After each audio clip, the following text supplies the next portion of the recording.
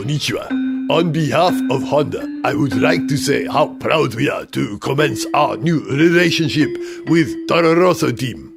And we are confident that this will be a glorious and successful relationship, like those other great Japanese-Italian partnerships, such as, I know, that Fiat based on the MX-5, and, yes, the Alfa Romeo Arna. Oh, bollocks.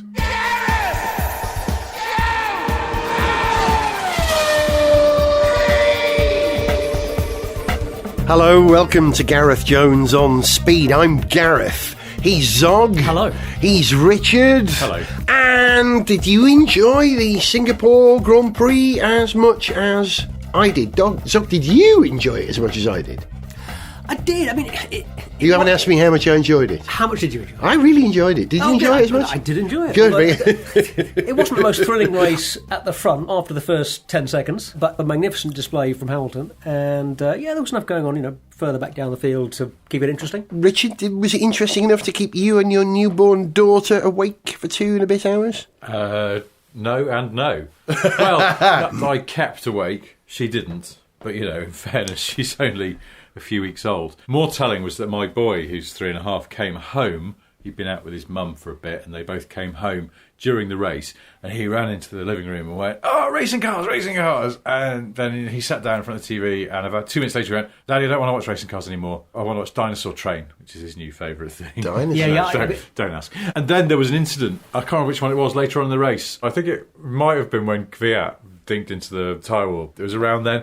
That sort of suddenly piqued his interest. "Daddy, he's crashed!" And then he sort of watched a bit more of the race, and then he just got bored and left the room. He's not a fan of the hybrid era, then? Yeah, I don't think... Well, it's all he knows, really, bless him. But I should probably sit him down in front of some great stuff from the 70s or something. Now, this is a man called René Arnoux. And sort of see how I go. Now, yes, Gilles Villeneuve. Now, some of your friends might tell you about someone with the same surname. Ignore them, he's awful. So you're going to be indoctrinated, basically. Yeah. So, but it's interesting. He's a fairly harsh judge of the racing and how exciting it is. And basically, I think he's at an age now where he just wants to see them crash. Well, I was going to say, this may be more a reflection on the fact that he's 3 years old, rather than, really... it's hard to hold the attention of a 3-year-old, trust me. Yeah, however, if it's crashes you want to entertain and keep the attention of a 3-year-old, that start to that race would have won him over straight away. If you didn't see it's funny, actually, because then later on, he came back in the room after the race and they were rerunning it, and he did find that. There you go. In fact, but he did that thing which... do you remember Alan Partridge, where they showed a thing where he's commentating on some football, and he goes, "It's a goal!" And then they do a replay, and he goes, "And another one!" And he fails to distinguish between a replay. But my boy did that, because he went, "They've crashed, Eddie! They've crashed again!" I was like, "No, it's the same crash from a different angle." Remarkably similar to the crash last time. That was a great embarrassment for La Scuderia, or La Scuderia, which is the correct way of saying it. Do we know? Scuderia? I don't know. Scuderia? Scooter over there, scooter over here. But, yeah, Vettel screwed up there, really, didn't he? Yeah, if you've got to apportion a bit of blame, and, well, it's more fun to apportion blame than not, it was his fault, really. This is completely irrelevant, but I only found this out quite recently, and I've been sharing it ever since. Did you know Tifosi? And they always say, they refer to the Ferrari fans as Tifosi. Do you know what Tifosi literally means in Italian? Fanatic? Mob? It means infected with typhoid. I promise you this is true. Really? You can look it up. Really? It means you are consumed with typhoid. I suppose in the same way we say fever. Someone gripped with a fever for a team. That's what it means. Tifosi means riddled with typhoid. So there you go. It takes the edge off it a little bit. And I imagine that's a great little factoid. The many people really glad you told me that. Who are riddled with typhoid would have been quite disappointed with what happened at the start of that race, including the man who runs, I presume it's a man, I don't know, could be a woman, who runs the Ferrari social media. The Twitter feed, who immediately went, "It wasn't our fault, no," and then got slapped down by, amongst other things, Mark Webber, who went, just another person sitting at a computer who's never even raced a go-kart. Yeah, a bit harsh. He's a good no-nonsense Aussie, isn't he? Yeah. Scuderia retracted that immediately, didn't they? They said it was tweeted by someone unofficially from our garage wearing a Ferrari outfit. Not official in any way. It's not their fault. They are suffering from typhoid. Which is kind of bonkers. But the race as run played out to the benefit of not only the world's most popular vegan, Lewis Hamilton, but also the world's least popular British racing driver, Jolyon Palmer. Let's deal with the vegan who's going to save the world. Do you know about this, Zog? That he's a vegan? Yeah, he's become a vegan. I recently discovered this myself. I like him more. As an enthusiastic meat eater myself, it doesn't make me think any better. Well, no, actually, it does make me think a bit better of him, because I do admire people who are prepared to give up delicious meat because they recognise that it's good for the planet. I'm not going to do that because, frankly, I don't. You don't care about the planet. This you care about beef. No, I don't care about cows enough. I don't respect their rights, if you like, enough to not want to kill them, fault for chuck being so pieces delicious, off them isn't and it? fry them. You know, they're just too yummy. damn tasty. They said if God hadn't meant us to eat the animals, he wouldn't have made them out of meat. Exactly. There you go. I'm a vegetarian. I'm only saying that from an academic point of view. I'm fascinated by this, the general sort of learning curve of mankind. And how we discovered, for example, that certain things combined together, you put them in the oven, they make a cake. I mean, that's a trial and error. Yeah, we've almost got this, but I think fewer rocks next time. And by the same extent, you're putting rocks in your cake? Well, I still do because I like it crunchy. But yeah, Victoria Sponge rock. Early rock cakes were developed from that idea, I believe. Yeah. But also, if you just went right now, we've got a range of animals here. We've tried cooking them. Here's the news: the cow, yummy. The seagull, bleh, horrible. Which apparently it is. Seagull, because I've always thought seagulls, fat, succulent. Yeah. Bet there's a load of meat on those buggers. But no, because they taste of fish. It's like fishy chicken, apparently. Puffins are reasonably tasty, aren't they? I think they're considered delicacy in Iceland, but they eat all manner of wacky delicacy stuff up there. I know, exactly. Big in Japan. It's urine-sodden whale meat. In Iceland they eat something called hackarl, which is shark meat, which has been buried in the ground to putrefy. And anything is going to taste good after that. And also something called svia. It's actually a sheep's head, and they do something like svia sulta, which is sheep's head jam. Those Icelandic people, I love them. Yeah, they are great. They're just bats. I wonder why Bjork's music was quite quirky. Wonder why I've never heard of an Icelandic restaurant. Which brings us back to there isn't there? Singapore Grand Prix. We're not talking about Iceland, but frozen. I'm going to continue Formula One. It's probably closed down now on account of the food being horrible. Send me a link, I want to know about this. Anyway, where were we? All right, boys. Lewis Hamilton has become a vegan, and this seems to get a disproportionate amount of coverage. Just for God's sake, leave the bloke alone. It's like he's just made a sort of minor tweak to his lifestyle. It's like it's not that interesting. And quite honestly, I think from a sportsman's point of view, if as long as he's getting enough protein and stuff, because my mate Tim went full vegan for health reasons, which is partly why Hamilton's done it as well. Mm-hmm. But when you say health reasons, there's a difference between being persuaded that a vegan diet is more healthy for you in some sort of vague, hand-waving, meat clogs up your system sort of way, and somebody specifically, a nutritionist or a doctor who's examined you and basically is advising you to give up meat for a good medical reason. Yeah. So my mate, he's got an awful lot of cancer in his family. A lot of his relatives have had cancer. And a dietitian said to him, look, there's a really good way to reduce your risk of the kind of cancers that are being found in so many members of your family. It seems almost inevitable you will get some form of cancer at some point. Is to cut red meat out of your diet and ideally go vegan, and so he did. And the thing is, he's in incredibly good shape now. He's a bloke in his 50s who looks, I was going to say 10 years younger, but he just looks very well on it, which is surprising because you always think that you get kind of whey-faced and waste away from not having a balanced diet. But I guess if you do it right... But I saw Hamilton referring to this way of sort of combating some kind of potential genetic or hereditary diseases as another reason to do it. And fair play. I couldn't do it because, again, I like yummy cows and chickens and things. But I think he's just trying to trade off. He's sort of being carbon neutral, isn't he? I think he's concerned that the amount of CO2 pumped out by the entire Formula One circus, if he cuts out the whole meat thing, he might just put it back in balance. Because cows are pretty... Well, they're flatulent, aren't they? It's not a CO2 issue, but it's a greenhouse gas issue because cows fart a lot, and the methane that they emit, and actually there is quite a lot of it. It's a much more potent greenhouse gas than carbon dioxide. It doesn't persist in the atmosphere for as long,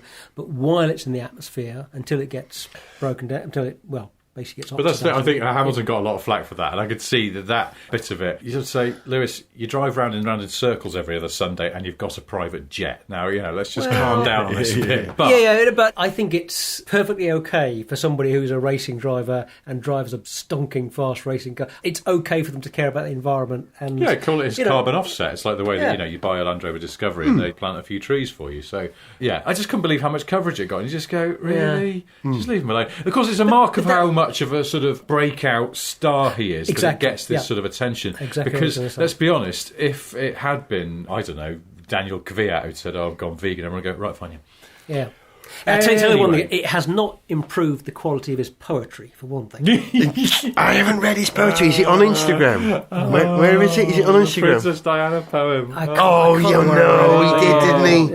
He did. It wasn't good. Lewis, I mean, we love you, but please. if you have, for example, eaten some bad food, or you are newly vegan and you're finding that you're worried you might poo yourself, just read Lewis Hamilton's Princess Diana poem and your buttocks will be so clenched with embarrassment, nothing will get out. Beautiful. He seems to be very serious about getting into music and releasing music once he quits motorsport. Yeah. And as far as I can see, he does seem to have, as far as I can make out, some talent. But the poetry doesn't bode well for the songwriter. Well, I'm looking forward to hearing actually what he does music-wise. I think it was a bit sort of schooly, wasn't it? It was a bit something that a 13-year-old would write and think it was. Yeah. And I think it started off rhyming a bit. It didn't towards the end, but I think it started off with rhymes. I can't remember now. And I just rhyming is never good.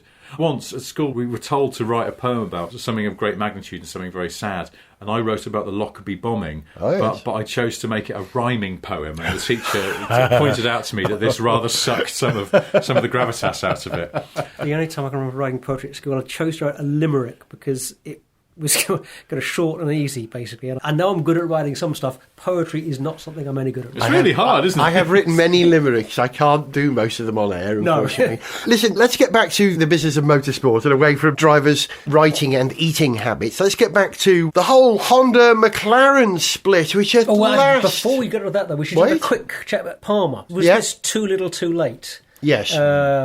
Do you think? I mean, because, actually he had a good race. Dead man driving. I mean, he's gone, isn't he? Well, we know he's gone because... hang on. As a function of this whole Honda, Renault, Toro Rosso dance that's going on at the moment, there is the vague possibility, as Renault are now supplying, or will be supplying, McLaren, because he's kind of owed a favour by Renault. Jolyon Palmer could end up as a reserve or development driver for McLaren as part of the Renault deal. Deadman Racing, yes. Deadman Driving, probably not. I think he'll be around next year in some form, but not in a car racing. This can only have helped his chances, but it does seem like it's not quite enough. If he'd been racing like this earlier in the season, maybe. But McLaren, Honda, Renault... Should we dance a happy dance? I'm dancing a happy dance because the misery of having to come and stand next to this microphone and say, McLaren's still rubbish, aren't they?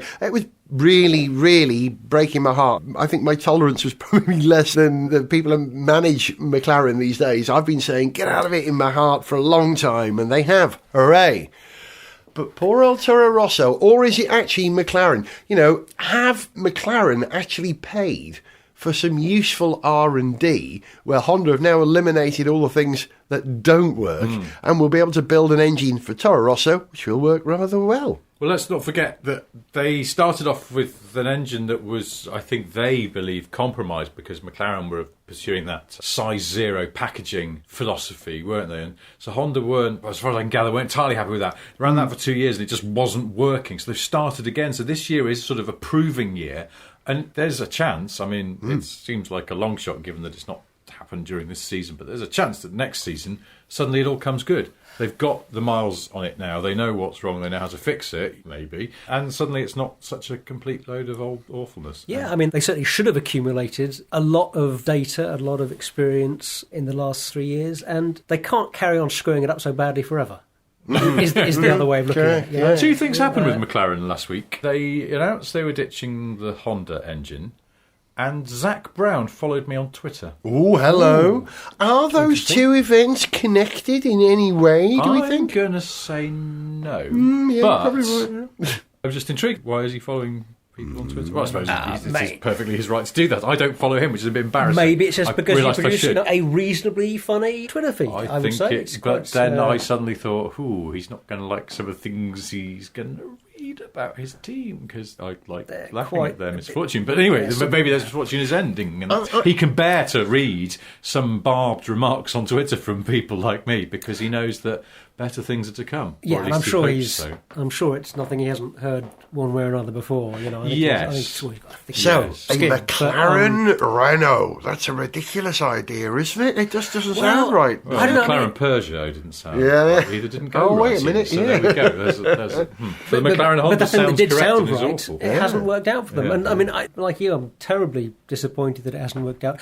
I'm not 100% convinced that it was the right thing to do to switch, though, because just maybe they're jumping ship at the point where Honda are settled in and they can have a decent engine next year. It's just possible they've picked the wrong time to do it. That would be an awful irony. Alonso is constantly getting overtaken by a Toro Rosso with the engine that made his life so miserable. He probably would just crack at that point and completely lose his marbles. He's mellowed a lot. I mean, he has, as long as he's got things like being able to race in America in his contract, that'll take the edge off the Fat Belly Brown has said that he can race at Le Mans next year if he wants, which would be interesting. I call him Fat Belly Brown. Have you noticed Zach Brown's got the biggest girth in Formula One? He's a bit of a chunker, isn't he? He loves a buffet. And he actually has said this. I saw him on, he said it on the Channel 4 coverage at one point. They were interviewing him and he said something about, he did say that, bless him. He seems all right. I think he seems like an affable chap. Yeah. But he does like a body warmer to try and disguise his girth in the manner of Dane Bowers back when he was a pop star. Dane Bowers? Do you remember Dane Bowers? He was in Another Breakfast, or whatever they were called. Was going out with Katie Price / Jordan. Yes. Had a black belt in karate or something. Those are the random things I remember about Dane Bowers. I think he did, yeah. I don't know. Sumo, maybe. I think that, but... yeah, and he was always a bit chubby, but I think the stylists used to just constantly put him in body warmers to make him look thinner. And Zach Brown has gone, ooh, that's a good idea.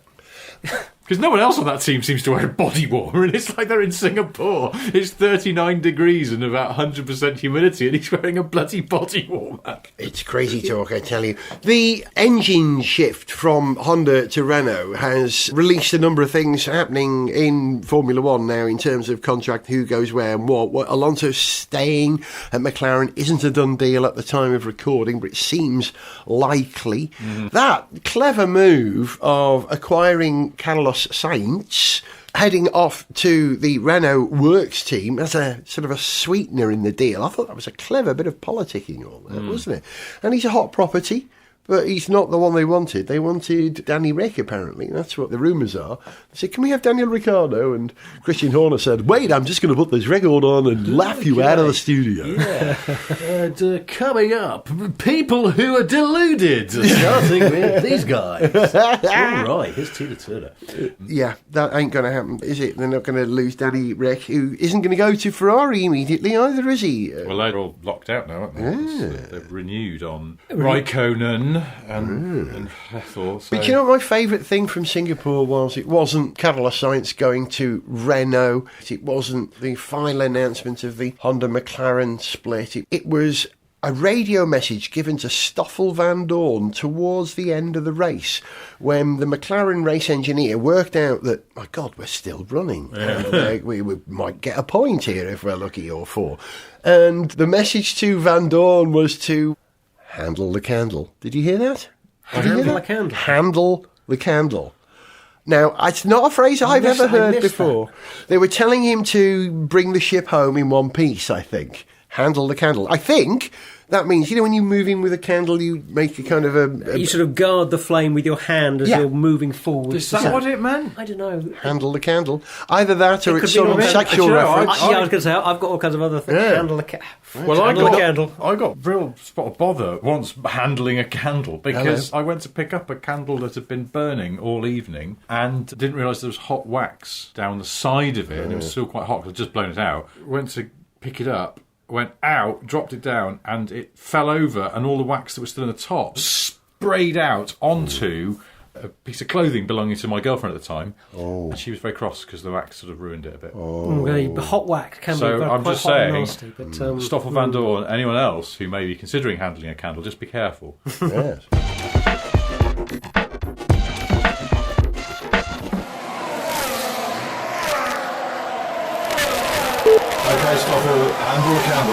Handle the candle.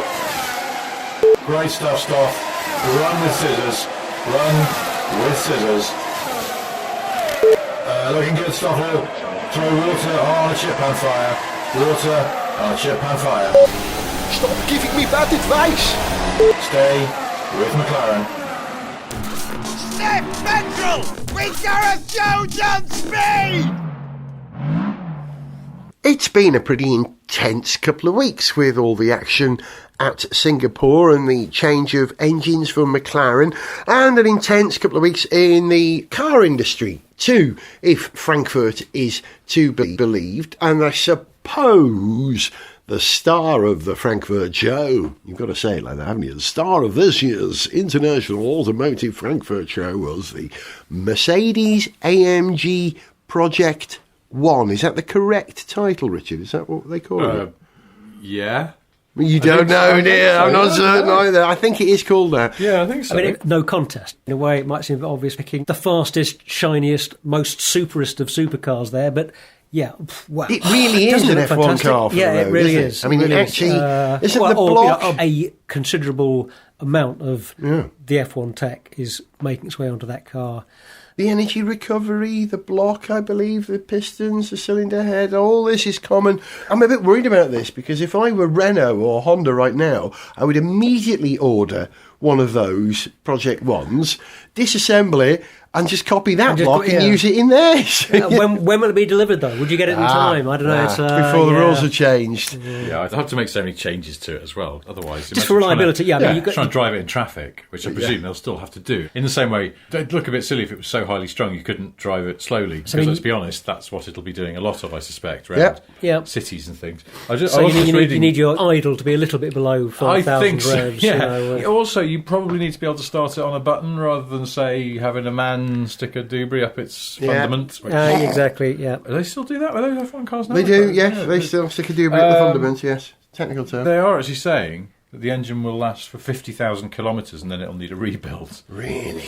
That's 30,000 miles, or thereabouts. That's quite short-lived by contemporary engine standards. Yes. On the other hand, if you're going to have a high-performance engine, you don't expect it to last 100,000 miles, as also, a lot of people that own sports cars will know. Well, the other thing is that probably not one of those cars will ever do 30,000 miles. That's the other thing, yeah. You know, if you ever look at sort of Veyrons for sale or something, they've all got 4,000 miles on them, if that. It's just getting a bit silly, actually, that sort of thing where all these high-value cars, particularly the ones that go on sale and immediately soar in value, and everyone just puts them away. It's a complete waste, isn't it? I mean, the engineering teams must despair. They go, we spent like a year at the Nürburgring and in the Arctic Circle and Death Valley making sure this car works perfectly and the handling is just so. And it's people sitting in a drive climate-controlled less and warehouse less and outside less. Dorking. You just go, for God's sake. It's a real shame. I haven't mentioned this on the show, but Porsche have a 911 GT3 RS, the old shape, the 997, and they have a GT3 RS that was their press car. The end of the registration is HBY, and if you ever read car magazines, you'll have seen it, whether you realise it or not, in Autocar or Evo or whatever. And when that model became obsolete, they couldn't bear to sell it. So they kept it and sort of inaugurated the Porsche UK Heritage Fleet, which is now 3 cars apparently, and one of them is this. It's just there in case it's sort of needed for some kind of retrospective group test or something in Evo. Basically just Evo, just borrow it every other month. And, the Evo car. And as a sometime employee of Evo magazine, they said, do you want to have a go in it? And so they lent it to me for a week. And oh my sainted Lord, it is the most unbelievable car. It's incredible. I can't even begin to describe. I was going to say it's almost like a computer game in as much as it just goes where you point it and it accelerates. The pickup, the throttle response is extraordinary. The brakes are incredible and just the handling is... And the quicker you go, the more planted it becomes. Yeah, it's one of those. That's the thing. But it's also so usable on a normal road because, A, it's not too big, but also because the ride just gets even better as you go. So you don't feel it's going to get knocked offline by bumps. You point it where you want it to go and it goes, and the grip is extraordinary. And yet it's not boring. It's not sort of over the top. You can get it to move around a little bit and it just has this incredible feedback. But I'm babbling because I loved it so much. The reason I bring this up is because the GT3 RSs are all sort of going silly money, kind of 150 grand, 200 grand for an immaculate one that's got like 7 miles on it or something. And this one, they've kept it nice looking, but it's not immaculate. There's a bit of scruff around the edges, and it's got sort of 30,000 miles on it. Having said that, you often expect high-performance engines to need rebuilding. Yeah. That car is going to be nowhere near needing an engine rebuild. Oh, God, no. No. And that's the thing. And imagine the life it's had, because they've had all manner of Helmsrights thrashing life out of it around tracks, and yet it feels absolutely tight. But the thing is, it's just so glorious to have a car like that is obviously going up in value every week, and yet it's being used. And the guy from Porsche actually said to me, please do use it to the full extent of its abilities. We love the fact. That's why we hate it sitting there. We love lending it out to people, just because it means it's getting used and it's there to be used, and we don't mind a few stone chips on it, and we don't mind the seats getting scuffed because it's a wonderful thing. Car. Yeah, and I just thought that's glorious. How much is Project One going for? 11 million? 2 billion, I think, is the figure I had in mind. Yeah. I've got to be honest, I'm more excited by that Aston Valkyrie, which I just think because it's so insane, and it's also Adrian Newey's thing, and it sort of looks mad. I find that Merc looks a bit like a 90s Group C racer or something. Not a bad thing. But not a bad thing per se, but it's a bit weird. It feels like if it had come out in the 90s, I would have fallen over with excitement, but now it's sort of...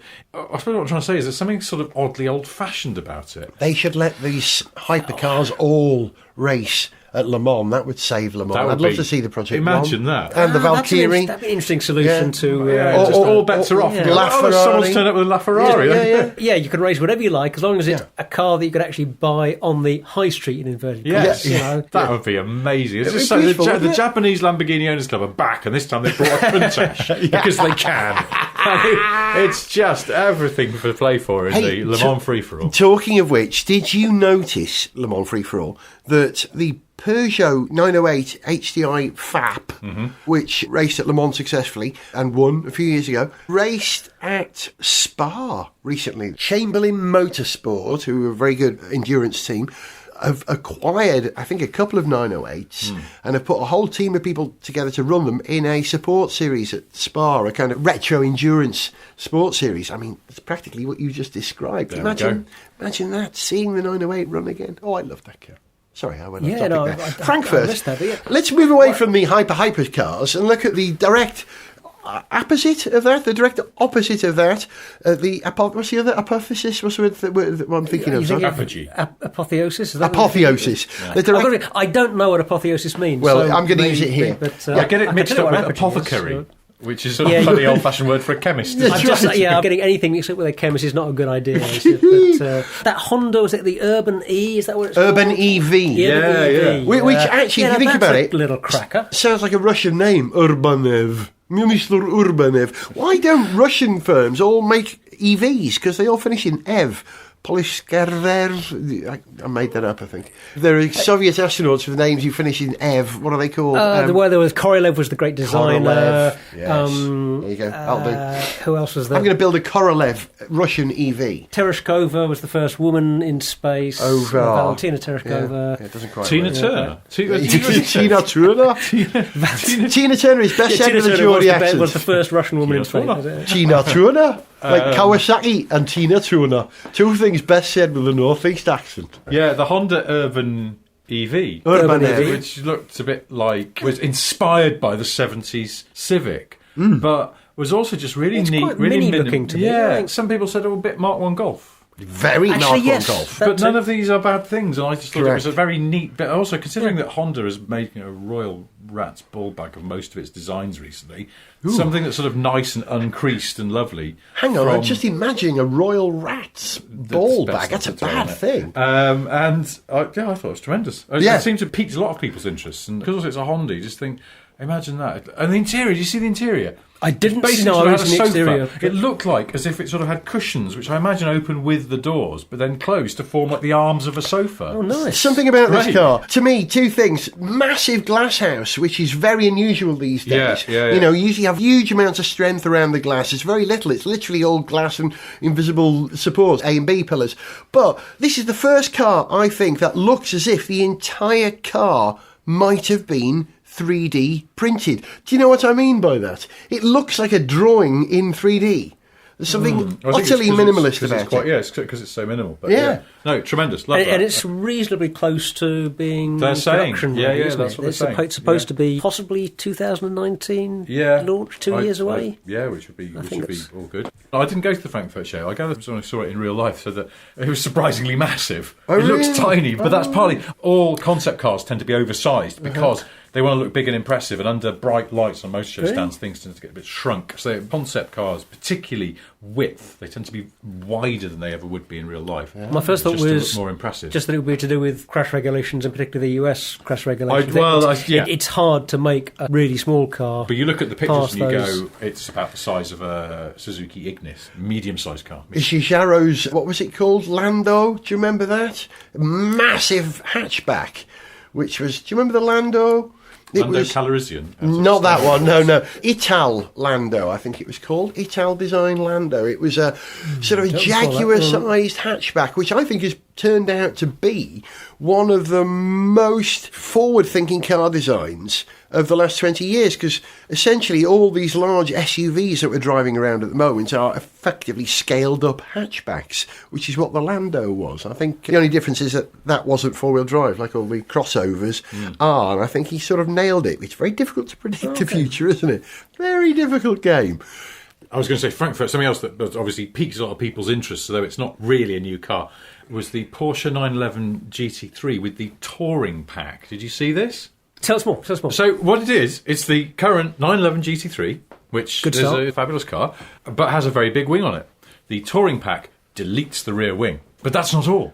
It also makes the interior all black, and the centre bits of the seat are a sort of corduroy material. Corduroy. And that's it.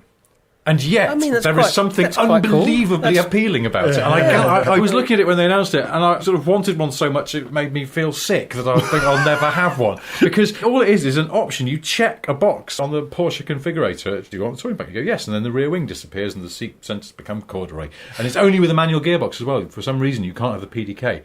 And there's a weird thing on the configurator. You go, check, I'd like the touring pack, please. And then you go, oh, but would I want PDK? Check. And then it goes, they do the thing on car configurators, it pops up a little box that says, to have that, you must delete the following. Yeah. And it goes, to have PDK, you must delete the touring pack. And you go, oh, okay, fair enough. So it's a manual-only GT3 that just sort of is a bit more... And the other thing, for some reason, though you can have this deleted, but as standard, comes with a chrome ring around the side windows. Cheeky. It's a bit like... But it is insanely appealing. I don't know why. It's sort of stealth spec. I like the sound of that. I like the sound of the way this is going to look. Cleaner lines also. But when you have basically an option to delete that big old rear wing, the question then comes to mind, well, wasn't that wing doing something in the first place?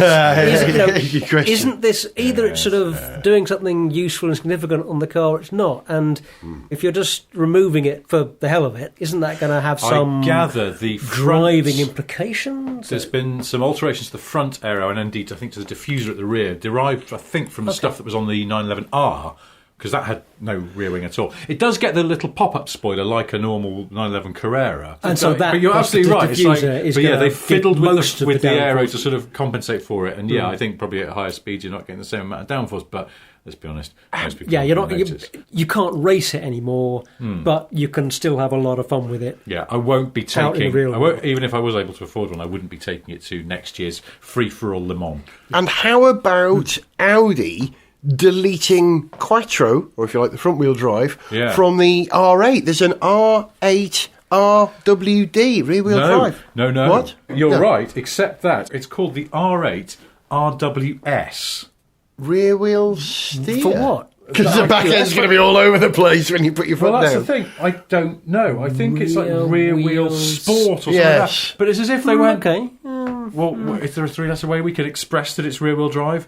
No, there isn't. There just isn't one. Why are you doing it? Why would you do it? Unless they go, well, D stands for diesel. Well, we don't really want to go near there. Well, we know how troubles, how out of love we are with diesel. Yeah, I thought it was really weird they called it RWS. It's there's a complete sitter there for something else they could have called it. But yeah, quite interesting that, I suppose. Well, it's like the Club Sport equivalent, I suppose. What Porsche do with Club Sport, make it lighter. Strip it down, take all the unnecessary stuff off, all the electric bits. They've borrowed from Big Brother Porsche to do the same for Audi. Makes perfect sense, doesn't it? Really? Yeah. I bet the marketing department were going, oh, come on. 30 years we've been hammering this Quattro thing. 30 years. And here's one that isn't Quattro and it's better. More than actually. 30, almost 40 years. That is surely one of the sort of strongest sub-brands in the car industry. We don't know. What about Geo? Like the expression on both your faces. Well, as it, of Metro fame. Yeah, Geo Metro, yeah. Prism. These were General Motors imports built in America, a sub-brand, really. They built it with Isuzus. There was Isuzus, they were Suzukis, and they were Toyotas, I believe. They were. Was there a Geo version of the Suzuki Vitara? There was the Tracker, the Geo Tracker. Right. Hey, I can't believe I knew that. That's weird. Did I live in America in the 80s? Oh, a bit. Visited a lot, maybe. A lot, yeah. Almost. Very quickly, I was going to say as well, the Frankfurt show, something else which, again, will go hybrid, but isn't at the moment, is the new Bentley Continental GT. But it's lighter and smarter. It's like, the Continental GT is like someone who just gets better looking as they get older. Thank you. And you know what I mean? It's just one of those things that every iteration of that car just gets better looking. Yeah. And Started well, didn't it? I've always thought it's a handsome piece. Has there ever been a bit lumpy. non- I found it a bit lumpy as a first iteration. Yeah, I don't know the back particularly. And now I just think that new one is incredibly elegant and pretty, and it's a stunning looking car. It sort of looks a bit like one of those old Astons from I the can't 70s. wait Great for the car. Superleggera touring shooting brake version of it, which hopefully will happen. Okay. Any other Frankfurt news? Oh, Any other yes. significant. What else we want to? Oh, yes. For Frankfurt was big for Jaguar. Jaguar have announced that the I-Pace, I keep wanting to call it the E-Pace. No, it is the E-Pace. No, not it's the E-Pace is the little Yeah. SUV that's not electric. And the It will be I-Pace hybrid soon. is the I-Pace bigger is electric the one. electric car, yeah. That's going to Which be... is still officially only a concept. Really? And yet it's a concept that's going to be the support series for Formula E next year. Yeah. I thought they were going to announce the production I-Pace at the Frankfurt show, and then they didn't. Oh. I mean, it would be ridiculous to suggest that I've seen the production I-Pace and it's pretty much exactly like the concept, because I haven't, and I'm not allowed to say that I have. And it would be But ridiculous for It that. would be ridiculous to say that. If I had seen it, which I haven't, I'll say that the only difference from the outside I can tell really is it's got sort of quarter lights on the glass so that it can go down. But you haven't, interior's so you really won't. nice. I know, if I had seen it, I'd probably say the interior is very nice and probably as good as Jag should be and better than the recent efforts. But you haven't. But I haven't seen it, so I Great. can't tell you that. And actually, speaking of course, Jaguar Land Rover recently announced in the last couple of weeks that, is it from 2020, they won't be selling any vehicles that are Don't have internal an combustion electric motor. engine only. Yeah, every Electrification. vehicle they sell Yeah. will be Which is hybrid or electric. I mean, they've made the same announcement that Volvo pretty much made. Yeah, it within always weeks. gets picked up in the wrong way by the mainstream media, in as much as they sort of imply that they're Although becoming an picked up electric any car company. Well, this is the thing. You say picked up in the wrong way. It's being picked up by the mainstream press, I think, in exactly the way that the car manufacturers wanted to be picked up. Yes, Yeah. Someone else announced that recently as well, and they did sort of announce it in a more kind of Sort of measured, honest way. Yeah, because your honest reporting of it would be a bit more nuanced and would point out that it's not like they're an all-electric car company all of a sudden. Yeah, but that's what is accidentally implied, or at least they allow people to infer that they are going to purely be electric, and of course they're not, and Volvo isn't. Pretty much every car company will be in that position by 2020 or 2021. So, What did you say? Nuanced and accurate reporting? You see, not everyone's like Gareth Jones on Speed. never knowingly over-researched. You've been listening to Gareth Jones on Speed. He was Zog. Goodbye. He was Richard. Goodbye. And I was the Gareth. See ya. To send us an email, see pictures, get song lyrics, join our Facebook fan site, follow us on Twitter, or to find out about sponsorship opportunities, go to garethjones.tv. Gareth Jones on Speed is made in London by Whiz Bang. Gareth Jones!